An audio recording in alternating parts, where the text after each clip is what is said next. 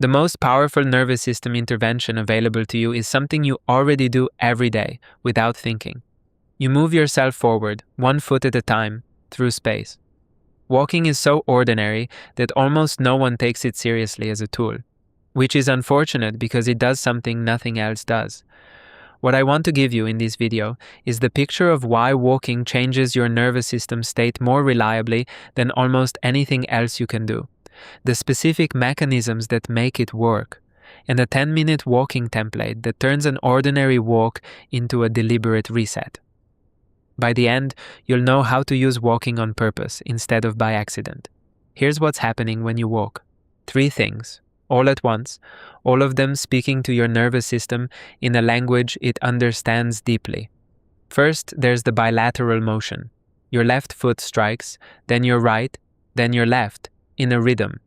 Your arms swing in counterpoint. When your left foot lands, your right arm is forward. This is what your body calls bilateral stimulation. The 2 halves of your brain are alternating activation in time with the steps. This rhythm is one of the things your nervous system uses to integrate stressful experiences.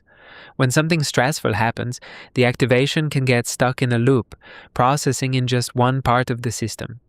Bilateral motion breaks the loop.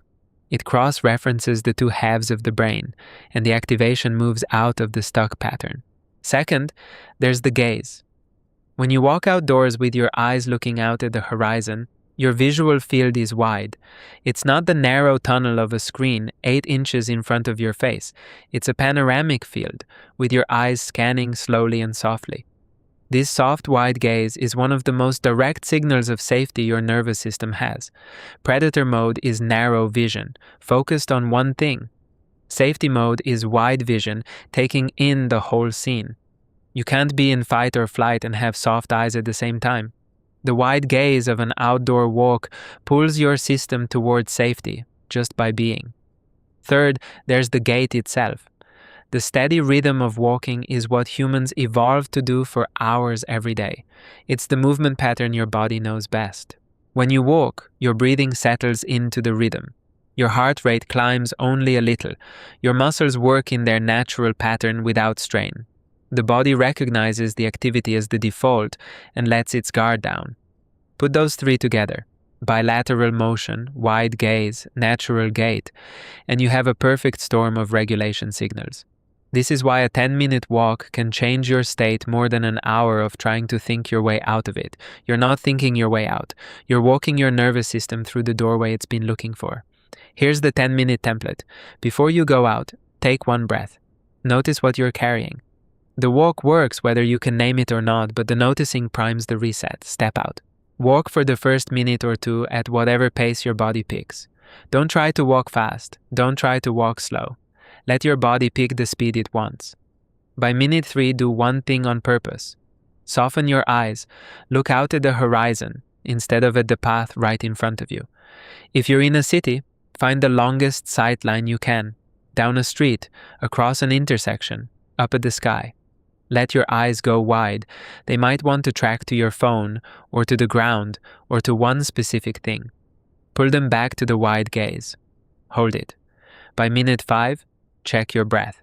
If it's still high in your chest, let it drop. Breathe through your nose if you can. Make the exhale a little longer than the inhale. Don't make a project of it. Just nudge it. By minute 7, you'll usually feel a shift. The thoughts that were loud at the start are quieter. You can think about what you were caught on without it being the only thing. You might even notice that the problem doesn't feel as urgent. By minute 10, you've moved your nervous system into a different state than the one you started in. The walk is done. You don't have to do anything else.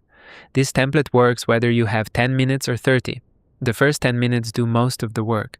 Anything past that is consolidation. A few notes. Walking outdoors is significantly more regulating than walking on a treadmill. The wide horizon, the variable terrain, the sky above. Your nervous system reads these as environment. And environment reading drops sympathetic activation in a way that a stationary screen doesn't. Phone in pocket. The minute you take it out, the wide gaze collapses into narrow phone gaze, and most of the benefit cancels. If you have to listen to something, pick music or something low stakes, not news or anything activating. Walking and talking is a different mode. It's good for different reasons: connection, processing, but it's not the deep reset. The deep reset requires the quiet attention to your own body and the field around you.